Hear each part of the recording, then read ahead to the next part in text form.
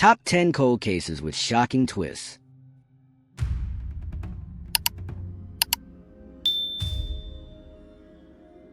Case number 3. The Murder of Carla Walker, 1974. A teen date night that turned into a 46-year mystery. On the night of February 16, 1974, Carla Walker and her boyfriend Rodney were like countless other high school students celebrating after a school event. They drove to a quiet spot in Fort Worth, a place teenagers want to talk to unwind and feel briefly removed from the world of parents and curfews.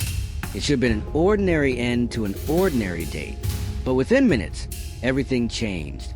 A man approached their car with sudden violence, yanking open the door and attacking Rodney before he could react. He was pistol whipped and shoved aside, stunned and bleeding. Carla was pulled out of the car as she screamed for help. By the time Rodney regained enough strength to call for assistance, both she and the attacker were gone. 3 days later, Carla's body was found in a culvert miles away. The discovery broke the community. Parents kept children close. Teenagers who had once driven those same back roads now avoided them entirely. Within weeks, her name had spread far beyond Fort Worth.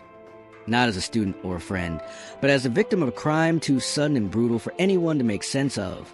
Detectives worked urgently, interviewing classmates, canvassing the area, and collecting every possible trace of physical evidence. But the 1970s investigation hit a wall almost immediately. The attacker had left behind brutal injuries, but few usable forensic clues. The case gathered leads, lost leads, and finally stalled. Investigators boxed evidence, hoping time, not skill, would one day provide the answer. Then the world moved on. Carla's family did not. Years turned into decades. Children in Fort Worth grew up hearing the name Carla Walker, spoken in cautionary tones.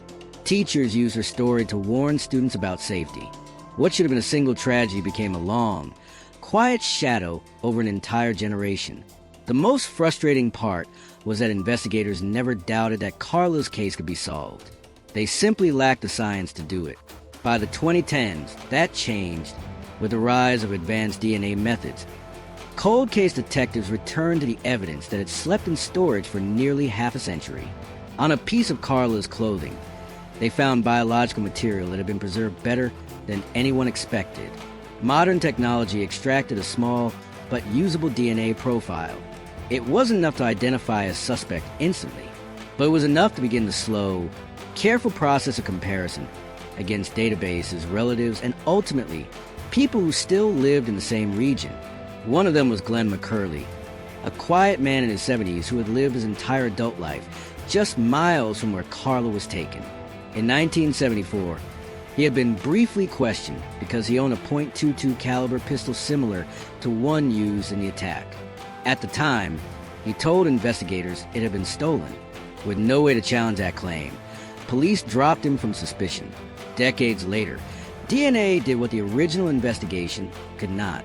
When detectives approached him in 2020, McCurley seemed confused and unsure. Samples taken from his trash were tested and matched the profile from Carla's clothing. The conclusion was unmistakable.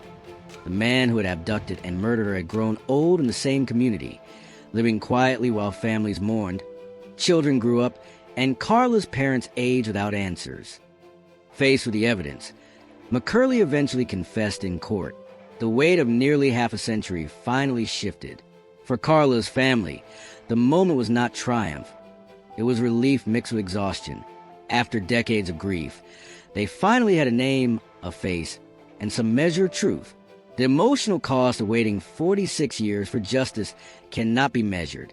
Carla should have grown into adulthood, built a life, and lived far beyond the night that ended too soon. Instead, the people who loved her had to carry her story forward until science caught up. And that brings us to the next case, one where DNA did more than identify a killer. Sometimes, DNA clears someone who should never have been in handcuffs at all.